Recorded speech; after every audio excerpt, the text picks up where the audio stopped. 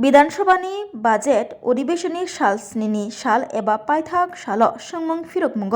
सोंमों तिसाका MLA Gopal चंद्र राय बेनि सोंमों अंखा Tabuk अंतं जराव अष्टम पे कमिशन खलायनानि बागै वानसोंमों दातं हास्ते हापांनि तंगै तंखाके बुफुरो खलायनानि बागै साख्लाय जागनाय हनै सोंमों तिसाका तै बेनि सोंमोंनि फिरकमुं रोखा मन्त्री प्रणजित सिंह राय আমি বিস্তারিত যাচ্ছি না তবে ত্রিপুরার 1988 সালে থার্ড পে কমিশন পাওয়ার পরে আর কোনো পে কমিশন পায়নি হয়নি 17-18 এবং 16-18 যে কমিটি হয়েছে একমাত্র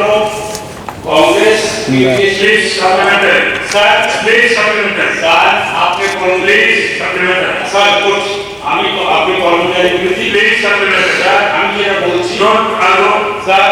state supplementary we are very happy and grateful to the prime minister of india prime minister of india already declared the 8th pay commission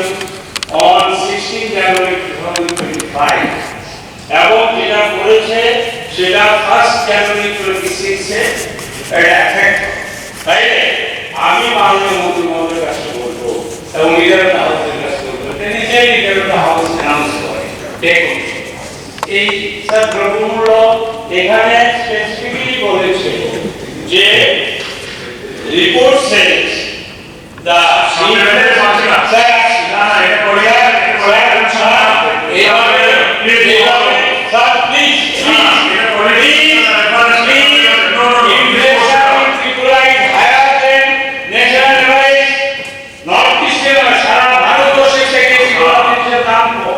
এটা কনসিডার করে কারণ লিডার অফ দ্য হাউস আছেন অর্থমন্ত্রী আছেন এবং আপনি বলেছেন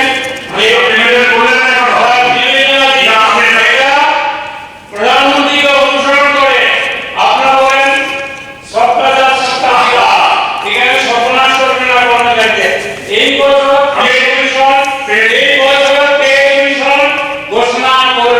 করবেন কিনা আমি মাননীয় লিডার অফ দ্য হাউস গত 16 জানুয়ারি 2025 তারিখে কেন্দ্রীয় সরকারি কর্মচারীদের জন্য 8 পে কমিশন গঠন করার প্রস্তাব ঘোষণা আমি জানি না পরিস্থিতি যে পয়লা থেকে হবে আমাদের জানা নেই যাগুলি পেয়েছি এখন এটা এখন পর্যন্ত কেন্দ্রীয় সরকারের প্রস্তাব নিয়েছেন বলা হয়নি দ্বিতীয়ত ভারতবর্ষের কোনো রাজ্যই এখন এই কমিশন নিয়ে কোনো রকমভাবে চূড়ান্ত পর্যায়ে যাবে আমরা তো আমি বলেছি যে কর্মচারীদের স্বার্থে এটা কেন্দ্রীয় সরকার কেন্দ্রীয় কর্মচারীদের জন্য ঘোষণা করবে মানে এটা ঘোষণা রেখেছে আমরা তো বলেছি আমাদের বিবেচনা আমরা এটার বাইরে নয় তো কথা হচ্ছে উনি যেভাবে চাইছেন যে কবে হবে সেটা তো এই মুহূর্তে বলা সম্ভব নয় আমাদের যে ইচ্ছা আছে সেটা বলছি এখন হয়তো মাননীয় সদস্যের এটা একটু অগ্নি বলে বারবার একই কথা সেটা রিপিট করে এটা রাজ্য সরকারের কর্মচারীদের বোঝাতে চাইছে যে উনি একমাত্র তাদের জন্য দুঃখ করেন আমাদের কোনো কিছু নেই তো আমি আবারও বলি সমাজকে আপনার মাধ্যমে যে এই প্রস্তাব কেন্দ্রীয় সরকার ঘোষণা করেছেন রাজ্য সরকারও এই ব্যাপারে বিবেচনাধীন আছে তার বাইরে নেই সময়ের সঙ্গে সঙ্গে সেটা ভেবে চিন্তা